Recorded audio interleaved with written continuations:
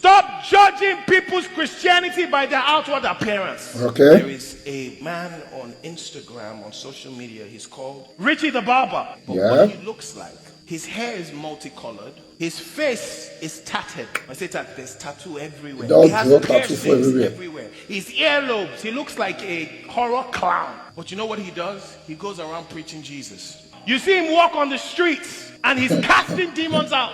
What do you see on his chest? If Richie the Barber walked in here today and I said, "Saints, a guest minister," half of you will send me email. How will you say, "You see?" And I was just waiting for Pastor Jimmy to show it. You see? You see?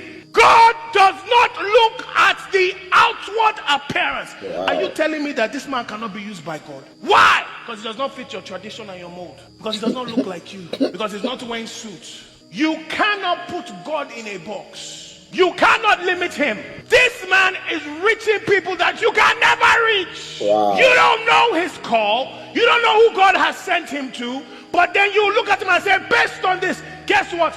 God does not look at the outward appearance. God looks at the what? Wow. Wow. If someone like this came into church, your Christianity, you will be uncomfortable. You will not be able to focus. You will be angry. Now you save him. Is it your blood that died for him? Was your blood shed? What's your business? You will now be carrying headache. Someone else's headache. You will now make it your mission. So people will now go and become social media ambassadors. This is what is happening in that church. And God is looking like this thinking.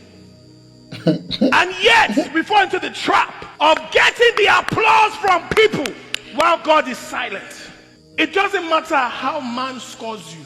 Wow. You get caught up in the accolades of men. They're clapping. God must be in that place because the church is full. Let me shock you.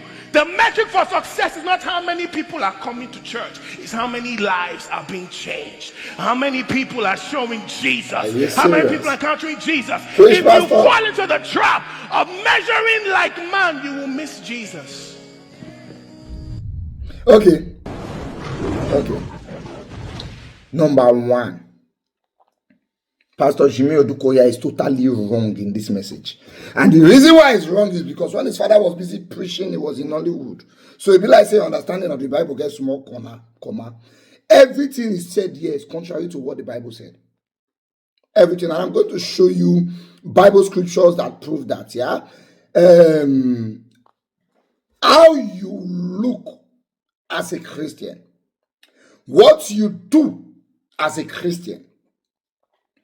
Whether it is a sin or not, if it is going to affect the belief of another Christian, you have to stop it. So if you have tattoos on your face, you have piercing on your eyes and everything, even if it is not a sin to God, if it's going to stumble another Christian, you have to stop it. Now let's go to what the Bible said in the book of 1 Corinthians chapter 8 verse 13. The Bible said, therefore, brethren, if meat makes my brother to offend God, I will eat no flesh. Why the word standeth, lest I make my brother to offend God. That thing you do, that will make your brother question God in your life. Even if it is not a crime to God, you will stop it. The Apostle Paul, the Bible said, eating meat is not a crime. But if it will make my brother to stumble, I will stop it.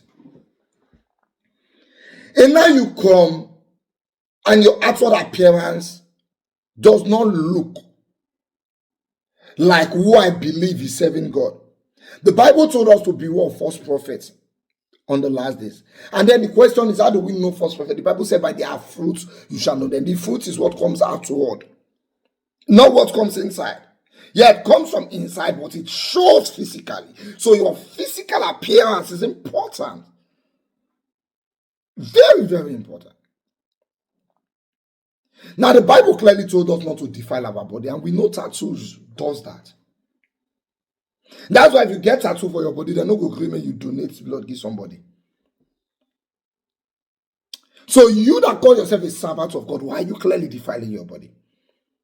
Now, Pastor Jimmy Odukoya's ideology of the man being a man of God is because the man is casting out demons. He's casting demons, he's preaching Christ. So therefore, he's a man of God. The Bible says on the last day, people will come and meet God, Jesus, and they will say, we did this in your name. We casted out demons in your name. They actually did. But Jesus will say, I don't know you. So the fact that that guy is casting out demons does not mean Jesus knows him. Is that what appearance clearly tells us? That this is not serving God. Forget any story you want to believe. Now, let's say in your area, wherever it comes from, it is allowed there. So we in Nigerians, it is not allowed. So if you bring that man to Nigeria to come and preach to me, I'll walk out of that church. Because the Bible clearly told me that when you go to Rome, you behave like the Romans.